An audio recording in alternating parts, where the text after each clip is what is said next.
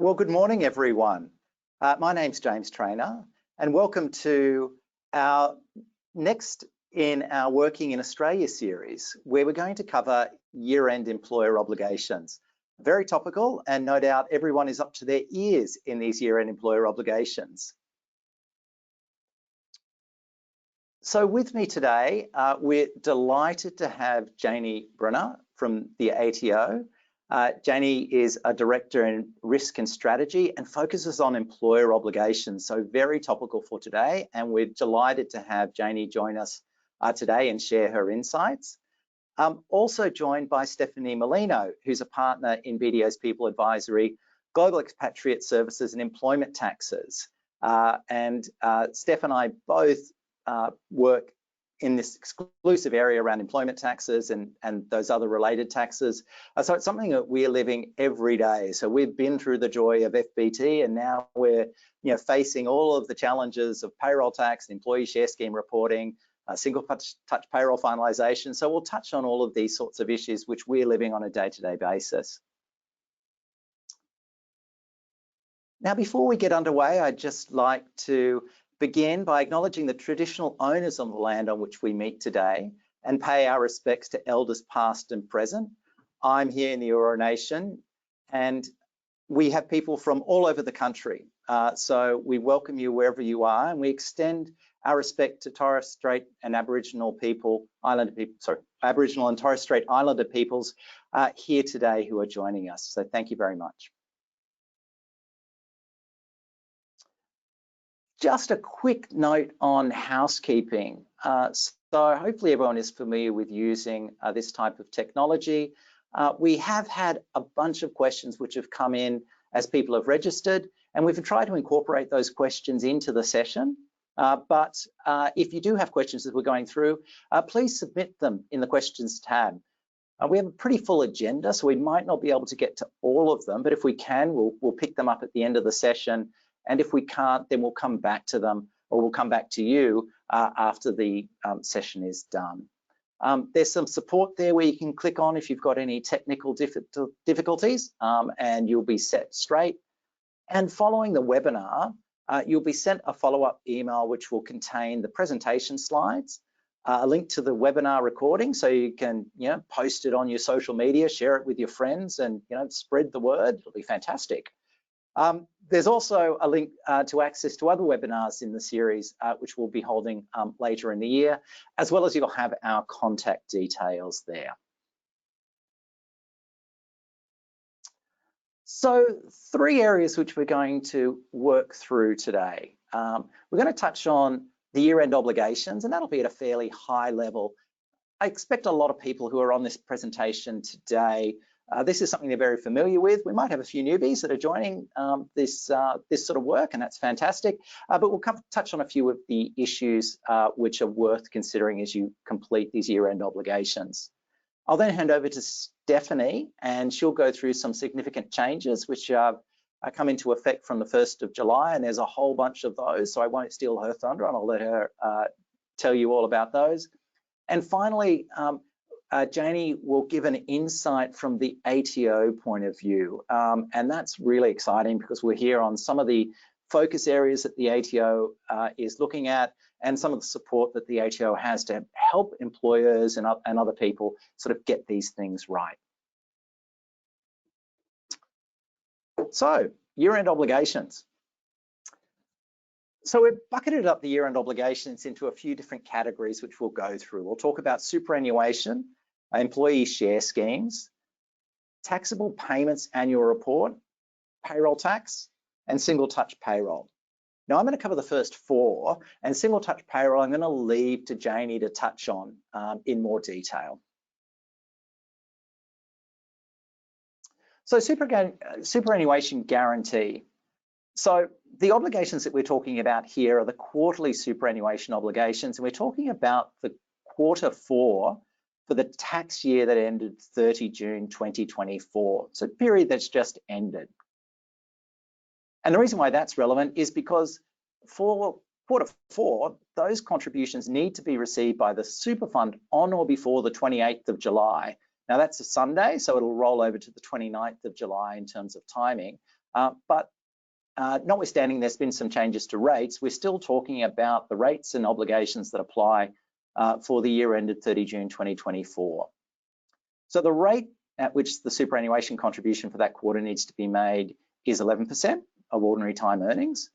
We're still looking at a maximum quarterly contribution space of $62,270, which equates to about $6,800 worth of superannuation contributions. So those are the relevant rates and thresholds for this particular quarter.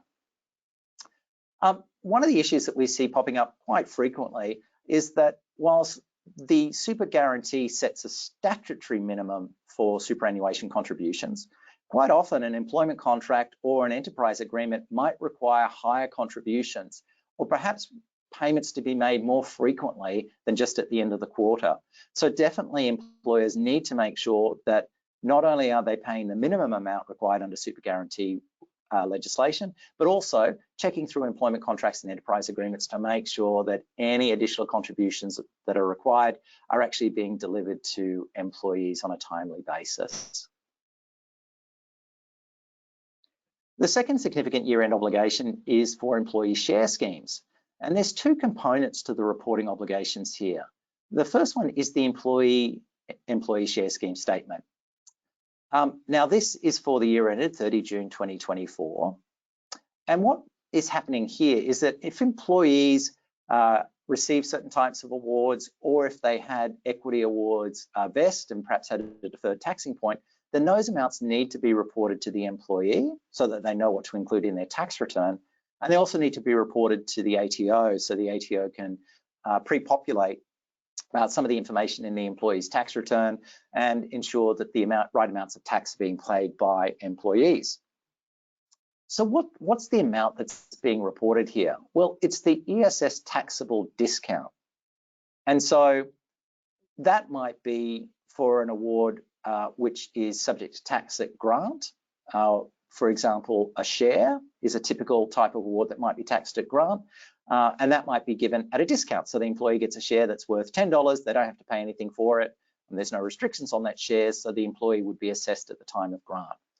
It's also important to note that even if the employee might be exempt from tax, and that might be the case if they've been granted shares under a $1,000 tax exempt scheme, that there's still reporting obligations for the employer in that instance.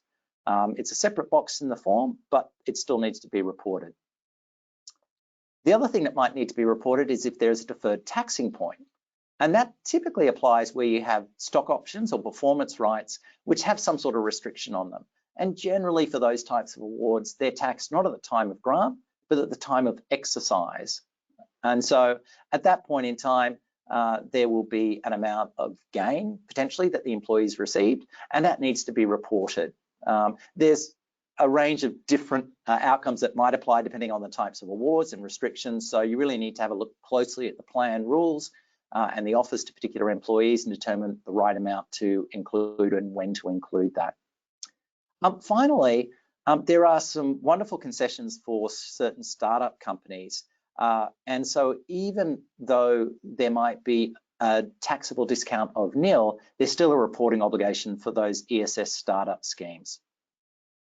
Now, the statement for employees needs to be provided to them on or before the 14th of July, another Sunday, so that rolls over to the 15th of July. So that's coming up next Monday. So not a lot of time for the reporting there. And important to note that the obligation arises for the employer, and that might be different to the company that's actually issuing the equity. And we often see that, for example, where you have a parent company, might even be a foreign parent, with employees working here in Australia. And so it's the Australian company that has the obligation to report, even though the shares might be delivered by the foreign parent in a foreign jurisdiction. The other part of the ESS reporting is the employer ESS report. Again, this is for the year ended 30 June 2024, and this has just a lot more information that needs to be provided by the employer to the ATO. So you need to identify details of the different types of share schemes. You need to provide a lot of details around the employees, such as tax file number, date of birth, address, the number of awards, the market value of those awards. But you get an extra month to provide this to the ATO. So that's due on the 14th of August.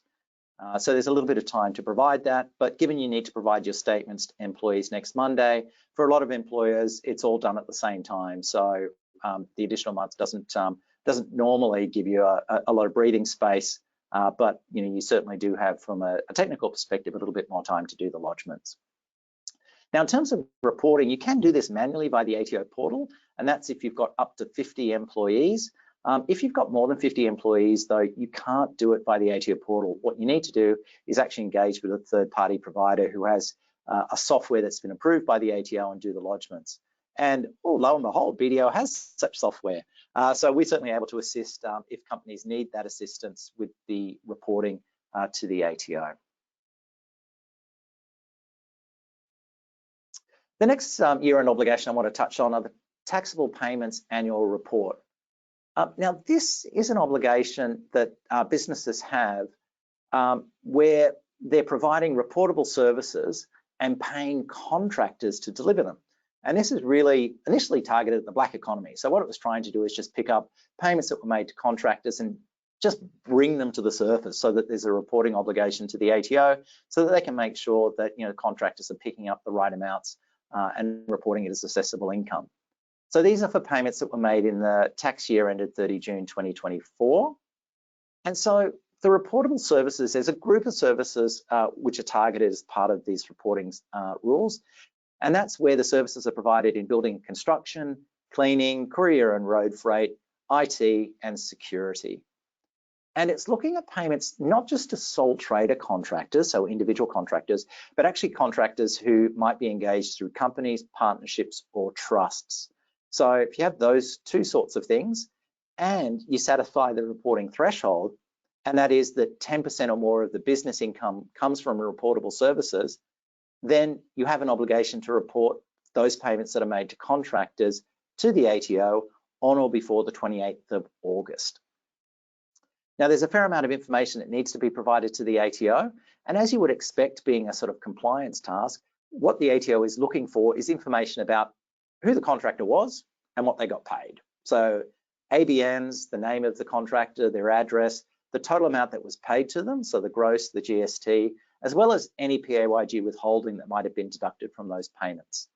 Now, you don't need to report the same information to contractors, but if you want to, then there's a standard ATO payee information sheet that you can complete and provide to contractors.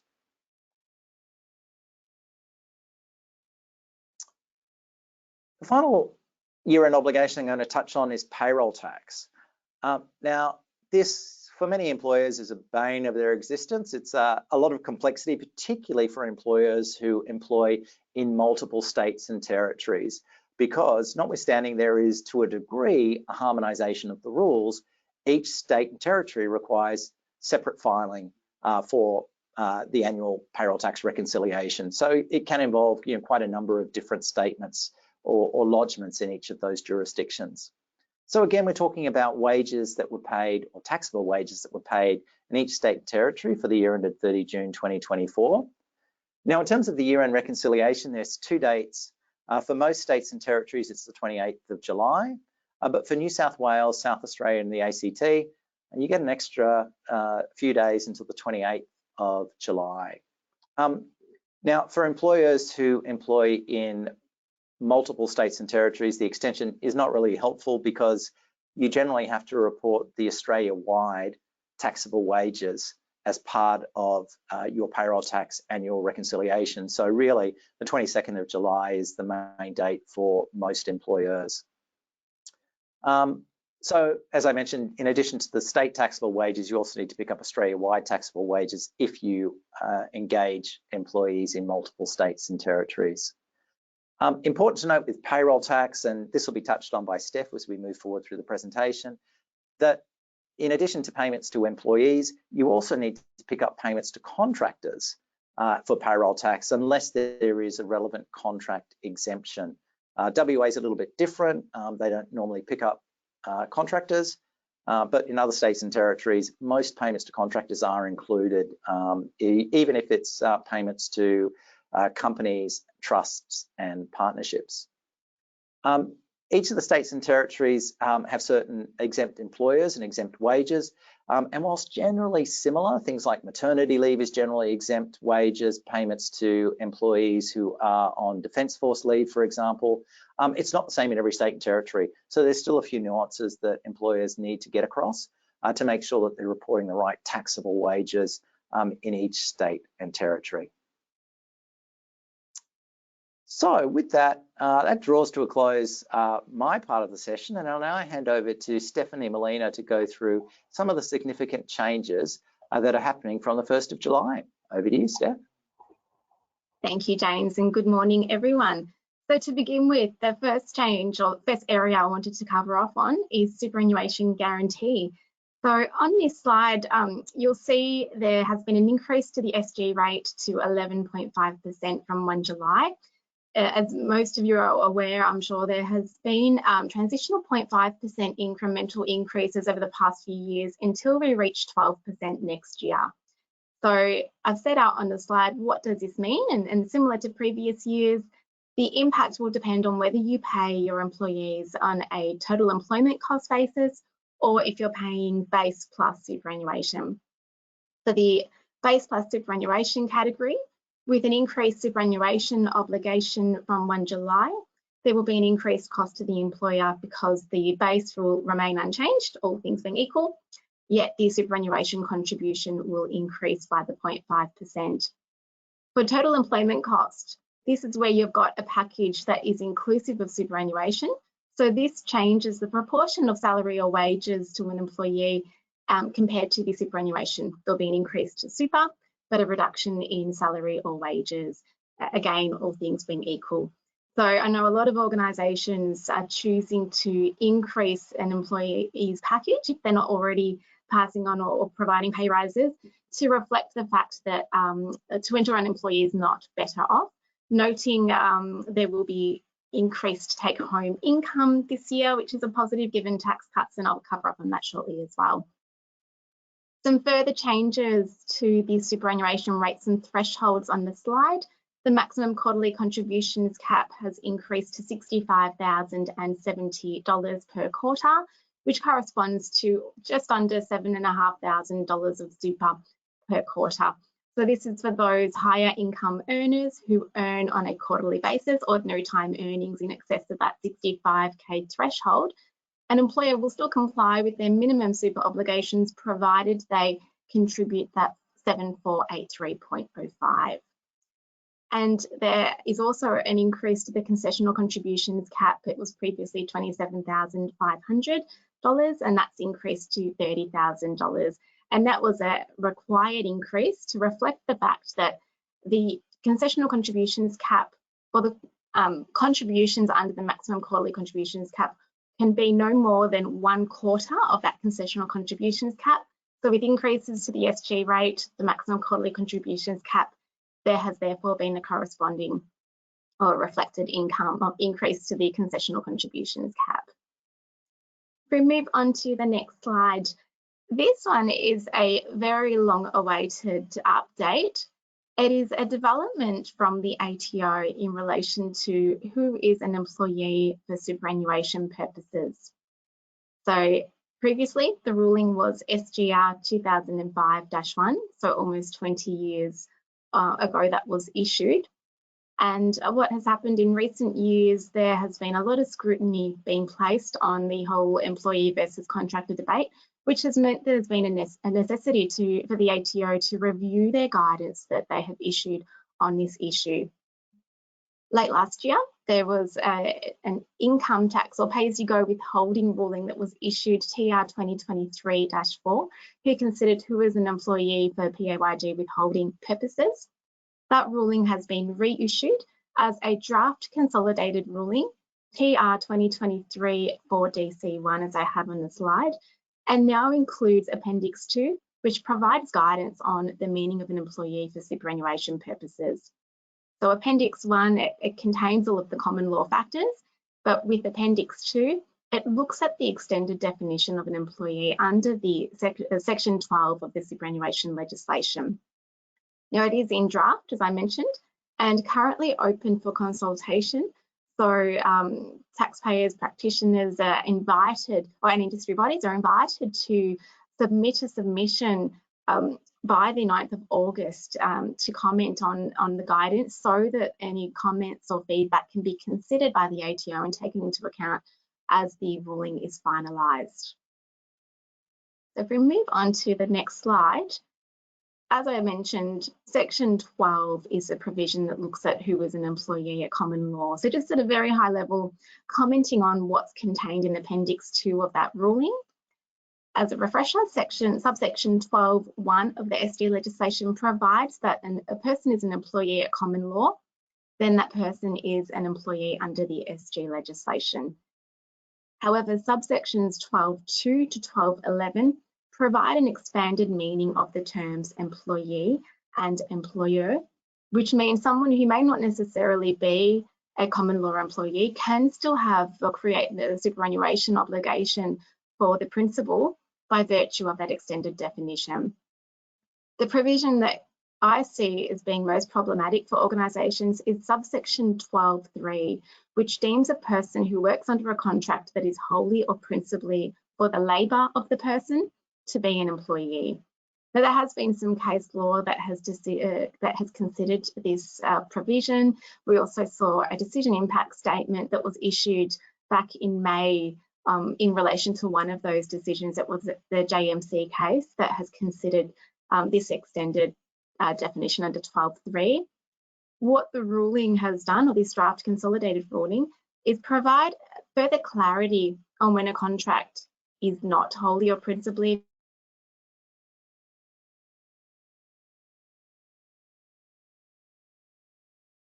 contract or assign the work. So there is some detail in the ruling on that requirement. It does mean that if there is that clause in a contract, it needs to be enforceable. It also cannot be considered or challenged as a sham. So just in there, but you can look past that and look at the practical reality of the arrangement to see that in practice may not necessarily happen. So there has to be a true right to delegate, subcontract or assign the work, which then means that contract would not be wholly or principally for the labour of that person. Another factor in the ruling is that it has to be a results contract, and that results requirement is considered in further detail in Appendix 1 as one of the common law factors. And the third dot point, principally for the benefit other than the worker's labour. So there's quite a bit in that ruling, but we do encourage organisations to review that and consider whether there's a need to consider submitting or being involved in that consultation process. Moving on to payroll tax developments. Now, Jane's talked a little bit about the payroll tax. We've got an upcoming lodgement for annual reconciliations. There's also, on the slide, I've set out what the current thresholds are that are applicable for the 2024-25 financial year. Now, Victoria has had an increase. It was previously $700,000. So when you're lodging your annual reconciliations for 2024, the VIC threshold will be $700,000. But as part of last year's state budget, there was an announcement to increase the threshold to $900,000 for FY25, with a further increase to $1 million from next year. So from 1 July 2025. You can see Victoria is still well below the other thresholds for the other jurisdictions, but it is a welcome change for small business, which means certain small businesses may no longer have a payroll tax obligation given that increasing threshold. For other organisations, there will be a diminishing threshold in Victoria, which means once you pay wages above a certain amount, you lose access to that threshold. And on the slide, you can see for businesses who have taxable wages above $5 million, there will be no tax-free threshold deduction in Victoria, which means that there may be an increased payroll tax liability from 1 July 2024. We move on to the next slide. Now, medical practices has attracted a lot of attention from a payroll tax perspective. For those of you operating in this space, there was renewed emphasis placed on these arrangements following a couple of decisions, and what has become apparent is the relevant contract provisions will consider to apply where you've got a services and facilities arrangement or contract in place between a services entity and a GP or other allied health professional. So this has attracted a lot of scrutiny in the industry, and as a result, we've seen some amnesty-like arrangements that have been announced by certain jurisdictions. So there was a positive announcement in Victoria, which until now, Victoria had not offered any kind of concession or exemption for these arrangements. But on the 22nd of May, there was a change that was announced specifically for Victorian general practice businesses, so for GPs.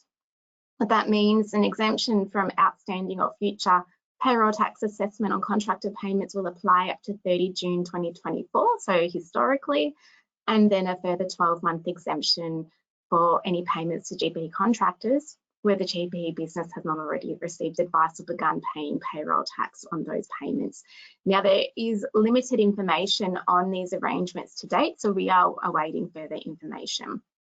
South Australia also previously announced an amnesty that expired on the 30th of June 2024. However, practitioners that continue to bulk bill from 1 July 2024 will remain exempt from payroll tax. In terms of New South Wales, unpaid past payroll tax liabilities for payments made to GP contractors up to 4th of September 2024 are exempt, again, limited to GP contractors, which means other allied health professionals such as chiropractors, osteos, dentists will not qualify for these concessions, but GPs are expected to potentially qualify, and in Sydney that does require that certain bulk billing thresholds are met to be eligible for these rebates. So the thresholds require that at least 80% of services are bulk billed if you're located in metropolitan Sydney, and at least 70% of services if located elsewhere. The ACT has announced a temporary amnesty that's available for contracted GPs up until 30 June 2025, again subject to certain bulk billing thresholds. And then on the next slide, I've set out the current position in Queensland, Northern Territory and Tasmania. With WA, for those operating in WA, you're in the enviable position of not having to consider the relevant contract provisions given the legislation differs and there are no relevant contract provisions in the WA legislation. So I think in summary, if you operate in this sector, particularly where you're a general practitioner business, there are certain concessions or exemptions that may be applicable, but things are constantly changing. And the other thing that's also I think you need to be aware of, James mentioned this is a harmonised regime, but what is clearly evident, it's not harmonised in many regards, and this is no exception. So if we move on to the next slide, got another Victorian update. Now this is the scrapping of the payroll tax exemption for high fee paying non-government schools. Again, this change was announced in last year's state budget and takes effect from 1 July 2024. So from this date, certain high fee paying non-government schools operating in Victoria are no longer exempt from payroll tax. And those schools that are impacted are those with an income per student of more than $15,000 per student. So that threshold is in place until at least 1 January 2029, when it will be reviewed ahead of the 2029 school year. So the Minister for Education has specifically set out on its Victorian Government website those schools that it considers to be exempt and non-exempt. So if you're operating in this sector, then you'll no doubt be aware of your obligations, given if you've had to start paying payroll tax, the obligation would have commenced as of last week. And in terms of the next slide, I've got a couple of additional changes from a payroll tax perspective. We've got Queensland that has extended the 50% payroll tax rebate for wages paid to apprentices and trainees until 30 June 2025. And then Tasmania offering payroll tax relief to businesses that employ trainees, apprentices and youth employees. So just be aware of that if you operate in those states. My last couple of slides, so I wanted to set out some detail on the pay-as-you-go withholding tax updates, welcome changes as part of the stage 3 tax cuts that take effect from 1 July 2024. for those of you who are paying employees, who might be in a payroll role or paying your employees, your payroll system should reflect these changed pay-as-you-go withholding rates. And those of us who are working and getting paid will no doubt see a corresponding increase in our take-home pay, which is always welcome, particularly in this cost of living crisis. So on the side, you can see the taxable income and the corresponding tax rates that apply for that income. And on the next slide, I have got an example just so you can see the impact of the increased superannuation and the altered pay-as-you-go withholding rates from FY24 to FY25 and what that means for someone who earns $100,000 per year excluding superannuation. So for FY24, you can see the individual has $100,000 of income, accessible income, and $11,000 of superannuation entitlement. That goes up by $500 in FY25. In terms of the income tax impact for that same amount, that individual will be $2,179 better off when paid in FY25 compared to the prior financial year, meaning an increase in take-home net monthly pay of $182. So always positive and a really welcome change that we're seeing in terms of tax withholding. That wraps up my content. Pleased to now pass over to Jannie. So thank you, Jannie. Hello, thank you very much, Stefanie. It's really interesting to listen to in terms of some of the updates that are going on. And good morning, everyone, and thank you very much for inviting me here to talk to you today and giving me this opportunity to provide you with an update on financial year-end employer obligations, very topical at the moment. As we know, an employer has many employer obligations, so we will be covering quite a few topics today. What I'd like to specifically provide you with today will be just some general updates, a little bit about what's new in each space. We've heard a bit of that from Stefanie there, but I'm also wanting to cover off on some common issues and errors and things that we see where we know that employers are trying really hard to get it right. But we do see some of these popping up from time to time. I'm also just going to cover some support options today around where you can find help and further guidance where you need that. So the first area I'd like to touch on today is around payroll governance. So in slide 3, we're just going to have a run through around payroll governance and what this actually looks like. So thanks, James. So having good payroll governance in place is really important, and it helps employers stay on track and up to date with their obligations overall. So for employers, as you know, it's time to review your end of financial year employer tax and super obligations, but this is also an opportune time for you to take a moment to review your payroll governance and make sure that you have really good practices in place, which helps prevent a lot of issues. So this includes things like making sure that you're using your tax and super software to record the amounts that you pay and withholding the right amount of tax, and that you're calculating your superannuation guarantee correctly. So for you to get a head start, I think there's a really good, it's really necessary to focus on good cash flow management, good record keeping, and checking that you have the right digital tools in place to help your business. So having the right digital tools will help you to perform daily business activities easily and securely, and it makes it easier for you to meet obligations and much more convenient for you. Make sure you've set up MyGov ID and Relationship Authorization Manager, or RAM, to access our online services, including online services for individuals, sole traders, and online services for business. And this really allows you to manage your business reporting and transactions in one place. So remember to keep good record keeping practices, reviewing your payroll policies and procedures to account for any changes that could impact your business. And we heard some of those changes in the previous presentation. So we might move to single touch payroll and just have a look at some common errors and why this is important. So accurate single touch payroll reporting is more important than ever.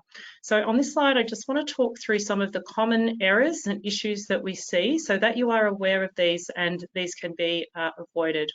So firstly, thinking about reporting on time and in full, we see many employers missing lodgements and reporting late. The law requires an employer to submit their single touch payroll report on or before the day they pay their employees. So you need to make sure that you report every time you make a payment. Potentially there are some we can issue penalties to those employers that consistently miss or submit late reports. So the second thing to be aware of is when transitioning to new software or changing PAYG. So a payroll solution generates a single touch payroll report by ABN, branch and a BMS ID, and we use this combination of information along with the employee's payroll ID to identify when we need to display a separate income statement in ATO online for the employees. So if there's been a change partway through the financial year, it is very important that you tell us so that we can display the information for your employees correctly. Allowances. So are allowances being reported correctly in single touch payroll? So the reporting of allowances changed under single touch payroll phase 2, and all allowances must now be separately itemised. So we get questions from employers who aren't quite sure where to report a certain allowance. And the key message is to think about what the allowance is and why you are paying it so that it is being reported correctly. So has there been a review on your pay code setup? So now is an opportune time to review pay code setups and check whether anything has accidentally been set to unreportable. Checking for errors. So single touch payroll reporting is a submission, which must pass a range of validations to ensure we can process your lodgement, and the payroll solution may advise the lodger if there is an error preventing lodgement of single touch payroll reports. So further support in terms of common errors. So we do have a list of these available on our website, as well as instructions to help you resolve them. And for more information here, you can visit ato.gov.au/single touch payroll. And finalisation. So many employers tend to forget or don't correctly finalise. So what I'd like to do now is actually look at finalisation in a little bit more detail on the next slide for additional support. End of year finalisation. So employers must lodge single touch payroll finalisation declarations by the 14th of July each year. That due date is later for finalising closely held payees. So the finalisation process tells us that the information is final, true and correct for the financial year so that we can make employers' income statement tax ready, meaning that it is ready for them to lodge their tax returns. So remember to finalise all employees that have been paid this financial year. We do often see partial finalisation where an employer thinks they finalised but has actually forgotten about some casual staff, for example, who haven't been paid in a while. If an employer identifies an error after making a finalisation declaration, they should correct the information as soon as possible and refinalise. So I might go through some pay-as-you-go withholding areas. So tax time 2023 is at an end, and it's time to check that employers are ready for lodgement, payment and year-end obligations. So the pay-as-you-go withholding, the best way to get pay-as-you-go withholding right, as I mentioned before, is around good payroll governance and good payroll governance practices. So on screen you'll see a basic overview of steps employers need to take to ensure they meet their pay-as-you-go withholding obligations. So step 1 is around reporting salary and wage information to the ATO through single touch payroll at each pay event. And this doesn't matter what size your business is. So step 2 does depend on your withholder status. So for small and medium withholders, include the withholding amount paid to workers on your BAS and make payment if applicable. Large withholders should be electronically paying withholding amounts via a unique payment reference number or PRN. Again, no matter the amount of pay-as-you-go withholding a business withholds annually, it is good practice to reconcile the amounts reported through single touch payroll to your BAS and or to your pay-as-you-go withholding payments made throughout the year. And step 4, ensure that you finalise your single touch payroll and make the employee records ready by 14 July each year, or provide payment summaries to employees for any payments that haven't reported through single touch payroll by 14 July. If an employer does need to issue a payment summary, they will also need to lodge a pay-as-you-go withholding payment summary annual report to the ATO by the 14th of August each year. So I might just touch on what's new with respect to pay-as-you-go withholding. So there has been a big change in pay-as-you-go withholding. So amendments to income tax rates were made by the Treasury Laws Amendments, Cost of Living Cuts, August 2024, and will apply to the 2024-25 financial year, resulting in updates to all 15 withholding schedules and 12 tax tables from 1 July 2024. So it's really important that your payroll software has been updated here to accommodate these changes, which will impact your pay-as-you-go withholding for the 2025 year. The updated tables are available from our website. More information can be found at ato.gov.au/pay-as-you-go withholding. So we really want to focus on getting reporting right. So I might just touch on some common pay-as-you-go withholding issues that we see made by employers, and this is regardless of size and the type of entity structure. So this can include things like not reporting through single-touch payroll-enabled software at the time workers were paid, not making a finalisation declaration by the due date each year, not undertaking reconciliations of information reported, and for trusts, make sure the registered employer is reporting and paying pay-as-you-go withholding. And if you're a large withholder, making sure that you're using the correct payment reference number when making a payment. So some of these pay-as-you-go withholding issues do create work for both employers and the ATO. That can be avoided if we've got the adequate payroll governance processes in place and reconciliation and verification checks are undertaken. So if you require any further assistance, we have tax tables and online calculators available.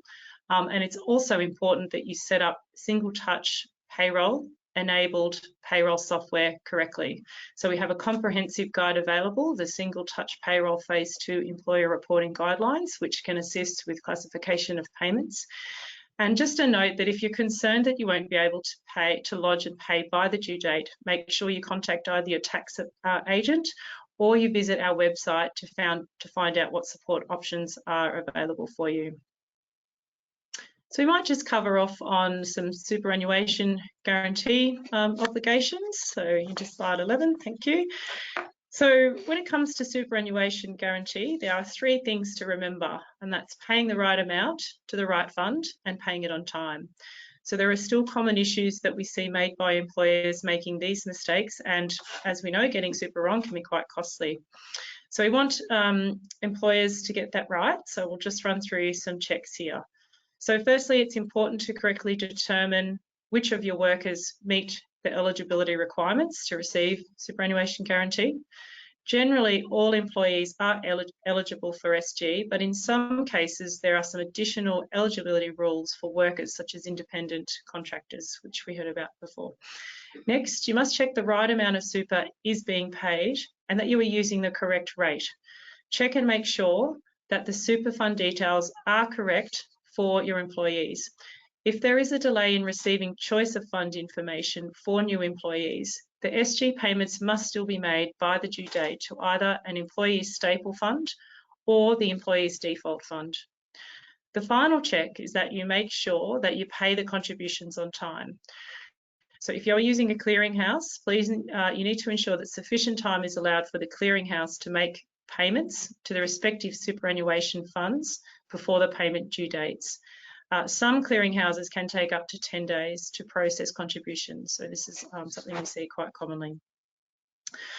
So there are a few new things with respect to SG. So to provide education and assistance for employers, we have recently updated our website content. And part of this content is a new checklist, simple checks for super access, which helps employers with some of the basics. Another important update is that the SG contribution rate on an employee's ordinary time earnings increased to 11.5%. This was effective from 1 July 2024. And a reminder that the SG contributions for the 4th quarter, April to June period, are due on the 28th of July. So what happens if you're late making this payment? So the rules around SG are very strict. The SG payment needs to be received by the employee's super fund on or before the due date. Making a payment that arrives in the fund even 1 day late triggers the need for employers to complete an SGC or superannuation guarantee charge statement. So this is very clearly articulated in the legislation, and the ATO has no discretion with respect to this. So the SGC you will need to pay is calculated using salary and wages, so not ordinary time earnings.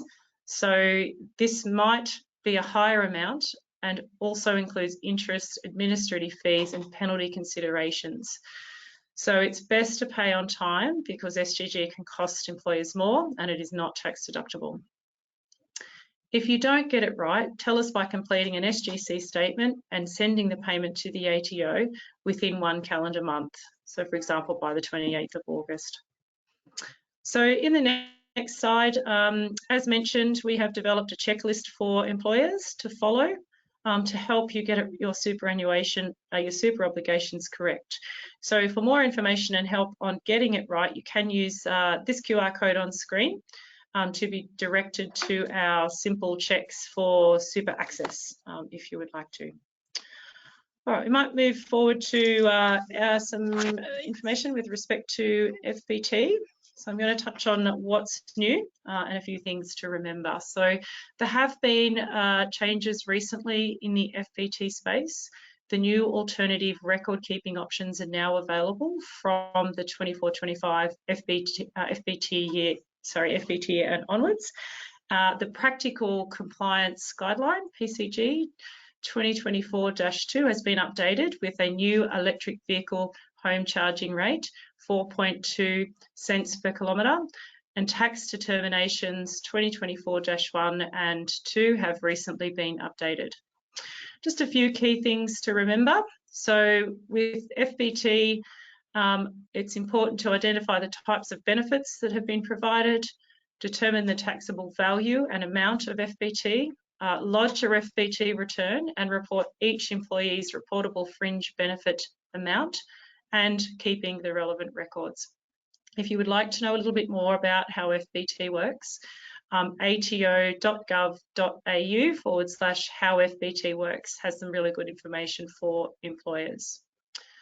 What I'd like to cover now is just some things that actually attract the ATO's attention with respect to FBT. So on screen you can see 4 main areas that attract our attention with regard to fringe benefits tax. So we often see mistakes relating to classifying vehicles as cars, determining whether a vehicle is exempt or not, simply treating all eligible commercial vehicles as FBT exempt without considering whether the private use of the vehicle is limited, providing employees with a motor vehicle for private use but treating it as 100% business use.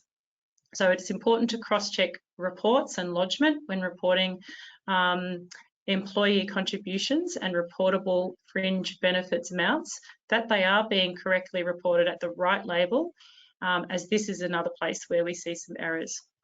And finally, employers who are part of a corporate group need to lodge separate FBT returns. So they cannot consolidate the group's reporting into one report, as this leads to a mismatch of data, which might trigger us to then contact you. And I might wrap up in the final section with some support options and what else is available to you with respect to that. So, you know, we really want employers to get their obligations right. I've mentioned a number of links and websites that do provide additional support for you. So if you need assistance, there is help, support and resources available. You can contact your digital services provider for any issues with your software. Reach out to tax and BAS professionals for advice and support, or connecting with the ATO, visiting ato.gov.au or our new online learning platform. Do engage with social media or register to one of our subscription services. And if you would like to keep up to date on the latest employer obligations news, you can do so by following our Deputy Commissioner, Emma Rosenzweig, and Assistant Commissioner Peter Lonergan on LinkedIn for any other updates. And that's all from me. I might hand back to you now, James. Thank you. Thank you so much, Jannie. Really appreciate your comments that you had there. It's really good to get that insight from the ATO in terms of particularly around what you're focusing on during this sort of year-end period. And you touched on a few points there. One of the questions, kind of very general, that we had come through, was there any other areas, focus areas that that the ATO is is interested in, or it's topical from your perspective? Yeah, thanks, James. So we did cover some really, some things that we have been focused on and thinking about. But in terms of compliance areas for 24-25, we know that most employers are trying to get it right. They're trying to do the right thing in terms of their obligations. So, our strategies going forward are really focused on taking all those necessary steps to ensure that employers have the support that they need, but also that we can detect people who are potentially taking advantage and claiming more that they're entitled to, or not paying the relevant entitlement to their employees, which is really important. We will have a focus on bringing that to account. So we have a range of approaches around education and compliance. We are focused on these approaches across all employer obligations products. So there's nothing more focused than anything else. So it does cover all employer obligations products. So it's really important that employers are aware of their payment and lodgement obligations and seeking support where they need to comply with those. And there's lots of educational resources and information available to help employers get that right. But the message is reach out as well if you need some additional support. So single touch payroll is now a critical component of the tax and super system, and this data is being used in real time for a number of different purposes. So this is why things like good governance, good payroll governance, and undertaking the end of year reconciliation is a really important step to helping people stay on track. So that data will be used, for example, to inform compliance activities, including proactive nudge messaging to employers and other types of approaches. So, employers need to check that their reporting and payment obligations are really timely and accurate. So the ATO is monitoring trends of incorrect reporting and looking to improve the quality of reporting from employers and the superannuation industry more broadly. So that's why it's more important than ever that if employers do find they've made a mistake, that they take the necessary action to correct that as soon as they notice it. And that will mean that the ATO won't contact employers, I guess, unnecessarily. And finally, so we do know that most businesses are doing the right thing in terms of and trying to pay their tax and super on time. Businesses who don't pay their tax and super on time are being unfair to their employees, to other businesses, and to the broader Australian community. So we are also seeing that unpaid debt has been increasing in the debt book for the ATO. So it's really important to remember that when employers start a business, they need to get set up correctly from the start and establish those really good payment habits, and this will really help them meet their obligations and run their business a lot easier. So we will be focusing this year on unpaid debts and paying on time, and we will be getting in early to help employers pay their obligations on time and support people to get back on track. So if you're struggling to pay, it's really important to contact us to be able to work through that, because we will be focusing on that this year. I'm sure there's lots of other things, James, but they're the key things that we will be thinking about for the 24-25 financial year. So good question. Thank you. No, thanks, Jannie. And look, it's been no surprise that the ATO has invested really heavily in the data analytics. And so we're certainly seeing a lot more of our clients having to step up their game as well to make sure that they're comfortable with the information that's being provided to the ATO. Because as you say, at the end of the day, it's around, for most of this information, it's around getting the right amounts for the employees. It's impacting their personal tax position often. So it's obviously really important that employers get that done correctly. Steph, to you, there was a specific question that sort of popped up around superannuation and international assignees and kind of how that all works. In, I guess, 2 minutes, can you give us the insights there, please? Thank you, James, and very good question. A common misconception is that the superannuation position aligns with the income tax. That's not the case. So it does require consideration of the specific fact pattern, the assignee coming into Australia, how long they're here, and a range of other factors. A couple of things I will add. Australia has entered into a bilateral agreement with a number of countries, and where there's a bilateral social security agreement in place, and you can get a certificate of coverage completed by the individual, that does mitigate the need for double superannuation coverage. So the first thing would be understanding what country the employee is from. And then the superannuation regulations also contain some exclusions from superannuation. So depending on the individual's role, if they're an executive and a host of other requirements. So that should also be explored when determining the superannuation obligations and whether you need to contribute on payments made to the inbound employee. I hope that covers enough, James, and I think I did it in about a minute or two.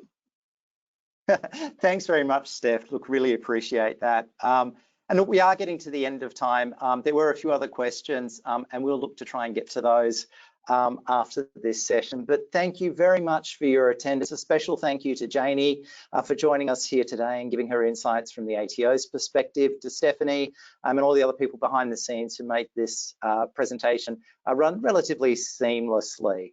So thank you everyone for your time and your attendance today. Do look out, there'll be further webinars coming up later in the year. And look, if there's anything that you'd like to see or hear about, please reach out to Steph and I. We're always looking for content and making these most relevant for our clients as possible. So once again, thank you very much and enjoy the rest of your day.